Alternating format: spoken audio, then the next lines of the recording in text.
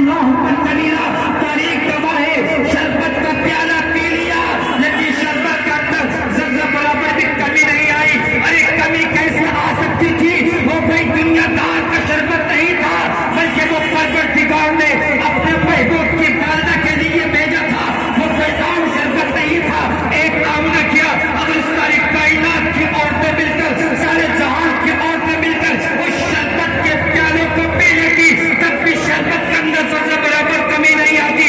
آپ نہ فرماتے ہیں جبرائیل کھڑا ہو جاتے ہیں، عرض کرنے لگ جاتے ہیں اظہار یا سید المرسلین، اے رسولوں کے سردار اب تو دنیا میں تشریف لے آئیے، اظہار یا خاتم النبیین، وہ ختم نبوت کے تاج پہن کر آنے والے اب تو دنیا میں تشریف لے آئیے، اظہار یا رحمت اللہ علیہ، اے سارے عالم کے لیے رحمت بن کر آنے والے اب تو دنیا میں تشریف لے آئیے۔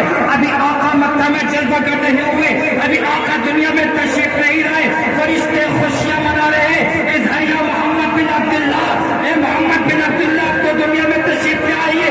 آپ نے فرماتی ہے جبرائیل کہتے جا رہے تھے مجھے آثار ولادت شروع ہو گئے، آپ نے فرماتی ہے میرا نور نظر، میرا لخت ایسے وقت میں تشریف لایا کہ ظلمت جا رہی تھی، نور آ رہا تھا، اندھیرا جا رہا تھا، اجالا آ رہا تھا، اندھیرا جا رہا تھا، سدیرا آ رہا تھا۔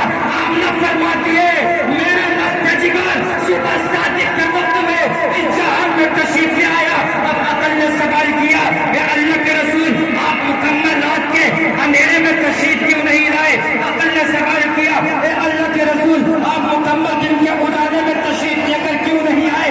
سامعین محترم تو جواب ملتا ہے اگر پیغمبر اسلام مکمل رات کے اندھیرے میں تشریف لے کر آتا تو رات دن کے سامنے یہ چیلنج کر دیتی ایک دن تیری میرے سامنے کوئی حقیقت نہیں، کیونکہ آقا مجھ میں تشریف